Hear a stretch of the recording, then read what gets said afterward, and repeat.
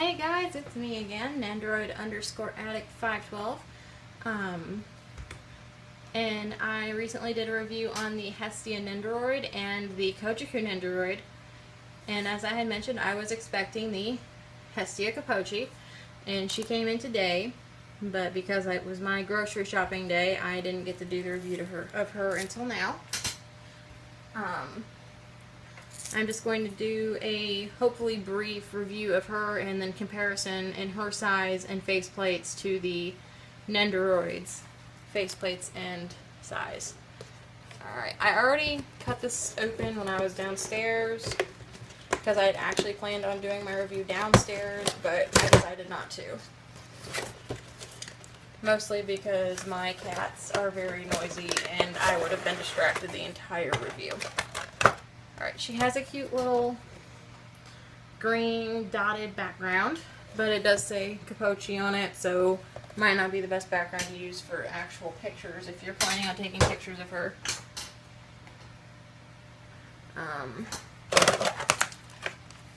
Here's a look at her inside, her packaging. She's got a really cute little happy face, a pouty face, and a winky face, and then she's got her normal face. Hang on guys, let me get my handy dandy X-Acto knife.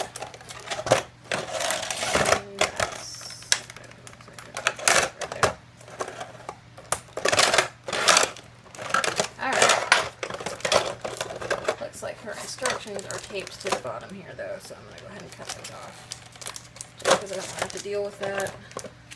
Alright, and there's Cu-Poche's instructions. Alright. Well, if you own a Cu-Poche, then you know that Cu-Poches, instead of being totally reliant on their stand, also have magnets in the bottom of their feet, which is one of the reasons I actually really like them. I have the Dark Magician Girl Cu-Poche. Unfortunately, she did break, and I did fix her, but because she broke, I saw no reason not to customize her to look like the, there's a promotional Dark Magician card where he was all black and silver. I customized her to look like that.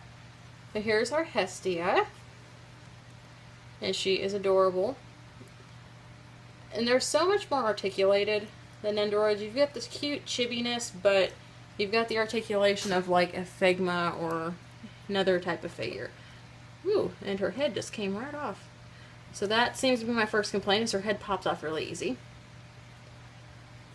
Unlike the Nendoroid, it looks like her hands are not completely attached to the entire glove. They're just at the actual hand part, like how I expected the Nendoroid to be. But I was surprised with that. God, her head comes off really easy. And as you can tell, their neck joint is different. Let's see if I can get to focus on that. Oh, I'm having a hard time focusing here for some reason. Well, the neck joint's different. Instead of it just being straight up, it's got a little groove along the top here. So that's a little weird. And you can see she's got magnets in the bottom of her feet. And it does not look like she does not bend at the waist or anything. The Dark Magician Girl had some upper body movement. This character does not. Her hips do wiggle a little, it looks like. Let's go ahead and get her stand together. I'm just going to leave her decapitated for a moment. And one good thing about these is they will actually stand just on their own, which is one of the things I like about them. You don't actually need the stand if you don't want to use it, if you think you can get them to stand up without it.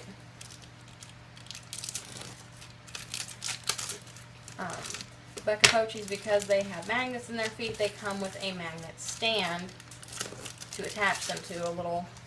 I'm not actually sure if the stand itself is a magnet or if it's just a piece of metal.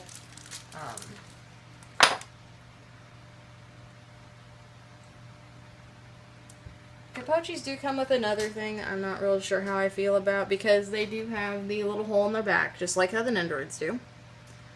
They have a little grabber that you can use to pose them with, which I'm guessing is just an option You can do what you want with that. I personally didn't care for that, and I just attached them with this. Let's go ahead and set her stand up and poke this in her back. And as you can see, she is attached to the stand and everything, and that's fine and dandy. But like I said, if you have never owned a Cu-Poche and you've thought about it, the cool thing is she is on magnets, and she is standing up all by herself. Her feet, she's actually really stuck on there. So you could, let's see, could bend her all the way back, make her do a crazy limbo move, and she still stands up. Now with her head attached, I'm not sure if that would work so well. Her head might come off. Let's see. Let's try to get you to... Oh, no, she stays attached, sort of. She starts to kind of lean off. Ooh, and her head came off. Yeah, that seems to be my biggest complaint with this figure so far, is that her head comes off very easily. There she is, looking all adorable. And I will get closer to her in just a moment. I'm going to take her faces out of these little plastic bags. And it looks like she has 2 strings for her boob strings. She has 2 of them. She has this one for her arms to be raised, and then one for, I'm guessing, for them to just be in a resting position. Let's see, as far as faces, we've got these. She got her winky face, and her pouty face. And then also have this really nice happy face. And then, like I said, you can see that there's another little, I'm pretty sure you can see it, a little ribbon piece in there. Let's go ahead and change out one of her faces. And if you'll notice, they don't have extra neck joints. And for some reason, you never get an extra neck joint with these figures, which is really sad, because if that one neck joint breaks, you have no more neck joints. And pretty much you have there's no way to work with it, because the Nendoroid neck joints do not interchange. I actually have had this issue with I take that back, I own one other Cu-Poche. I have the Saber Arturia Pendragon Cu-Poche, and I have my complaints about that particular figure, but her neck joint did break. It snapped right along the side, and I tried using an Nendoroid neck joint because I have so many of them, because there's always one included from Good Smile Company figures, and it wouldn't interchange. So I kind of had to shave it down to make it work, and her head does fall off occasionally, which makes me sad. Alright, and the hairpiece comes off just like with a normal Nendoroid. And let's give her this cute little pouty face, because I just really, this is one of the main reasons I ordered this figure, because I wanted that little pouty face. Let's stick it on her.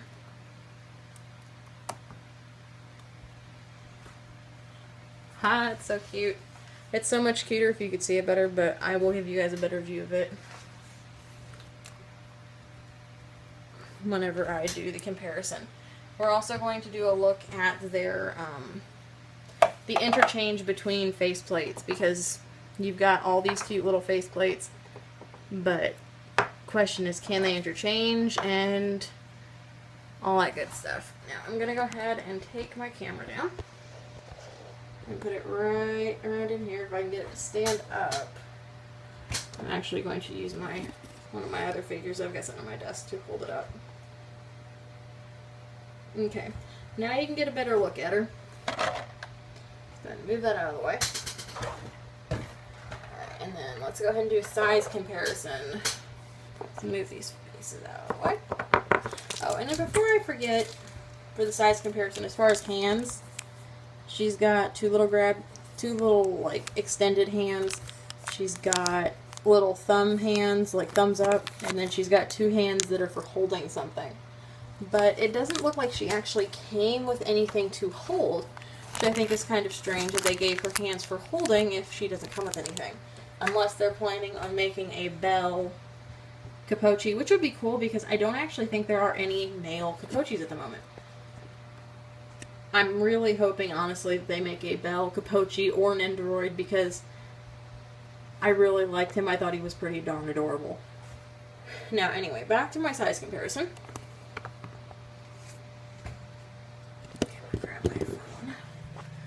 Alright. Let's get you guys standing side by side here. You can kind of see the difference. There's a lot more leg to the Cu-Poches and a lot more arm. Their heads are actually really close in size. The Cu-Poche Hestia has longer hair. And something I'm just noticing, if you look, and I can get to focus, her bells are actually gray on the Nendoroid, but they're actually a metallic silver on the Cu-Poche, which I'm very happy about that because that is an accurate depiction of the bells that she has on her little hair tie ribbon things. Both have massive cleavage, but it almost looks like with the light you can almost see a little more detail than what you really should for a figure this size. And there's a better look at her face, and of course here's a better look at this face. Now, what I'm going to do next is a interchange between these two figures. Let's see if I can get it to stand up a little more. And bear with me here. I've got my phone camera being held up by a Pikachu. So, we are going to decapitate Hestia. She'll let me have her head. Alright, let's decapitate the Nendoroid Hestia, which, I want to throw this out there about Nendoroid Hestia. Taking her head off, you are best to hang on to her upper body when removing her head if you want to change her face plates. Because if you're like me and like to completely remove the head when you do that, it will completely sever her body in half, like how the bottom part comes off so you can do the sitting position. This comes off really easy, and it has been very irritating so far because I did do a small photo shoot with her and I was about ready to scream by the time I got done doing it because she kept trying to come apart. Alright. Let's do a comparison between the pouty face and the non-pouty face. Well, the pouty face and the smoke face. First we'll do her bangs, I guess. These are almost completely identical, except for the Cu-Poche has a little tuft of hair that comes up right there. And it almost looks like they might actually interchange, but I'm not going to try that right now just because I'm just reviewing the faces and stuff. Okay, so let's move their bodies back a little further. Okay. They are really close in size. It looks like she has a little more forehead on this one. I think her eyes might be a little smaller. Well, they might be a little bigger. I'm not sure how it's all proportioned out, but the face proportion is different. But it might still work in a Nendoroid head, so I'm going to give that a shot. Obviously, with the newer Nendoroids, they have this piece that fits into their head, and I'm going off camera to pull that out. This little piece here, you're going to want to remove that, obviously, if you go to try to interchange these faces. And you may have to struggle a little bit with it, and it may not even work. Like, let's see, does it work?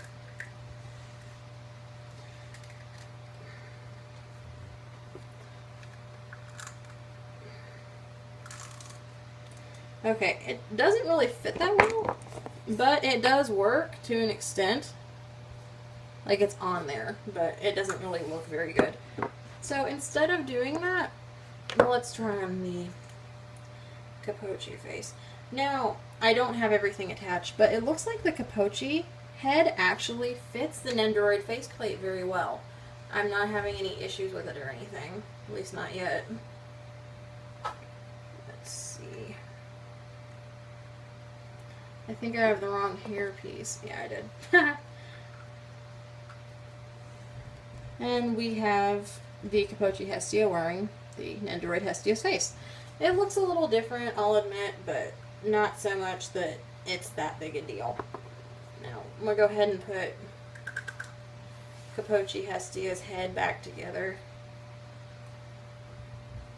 And Nendoroid Hestia's head back together.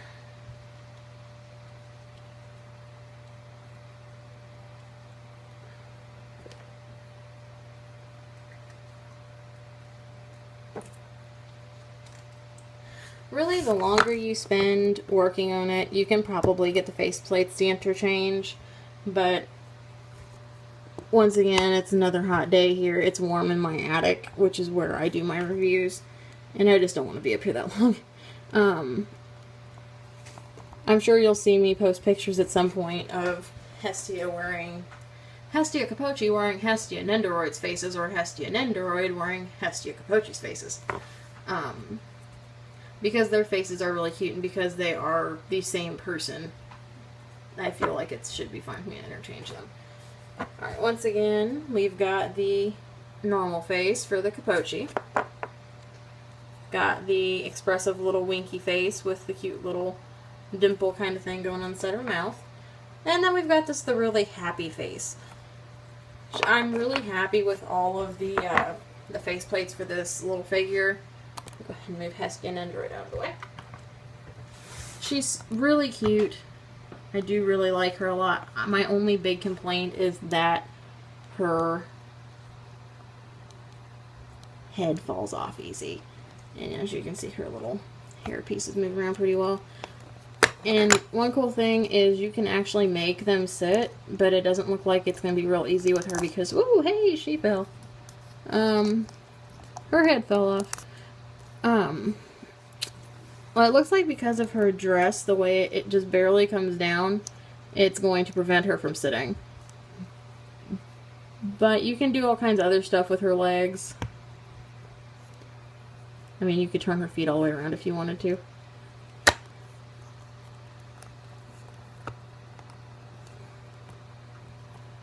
And she looks like she's about to go boxing. That's actually pretty funny. All around, though, I'm really happy with buying her. She's really cute. I wouldn't take back buying her. As far as the comparison between the Nendoroid and the Cu-Poche, both of them have admirable qualities, but I will admit the boob string on the Nendoroid is very irritating, and that does drive me nuts a little. I love the ability to pose her legs more, but without being able to actually make her sit, it kind of doesn't really do any good. One of my favorite things about her is that you can actually see the difference in the bells because her bells are metallic, whereas the Nendoroids are not.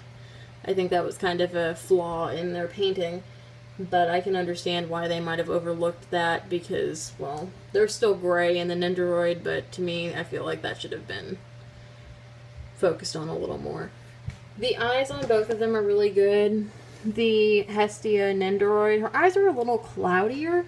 Like, not in a bad way, but there's an obvious bit of shading to them that makes them look more lifelike, and this one looks more like a anime character like she should. But as far as both of them go, they're both very good figures, and it's really, would you rather have more arm movement, and I guess a little more leg movement because you can't really make her sit, or would you just rather stick with the figure you already know? Cu-Poches are very interesting, and like I said, I do like them. The neck joint is a negative to them, and so is the lack of posability with her legs. Specifically her. Not all of them are like that. But anyway, that is my review for the Hestia Cu-Poche. I hope you guys enjoyed my review. Feel free to leave me a like, a comment. Let me know what I can improve on, what you'd like to see me review next.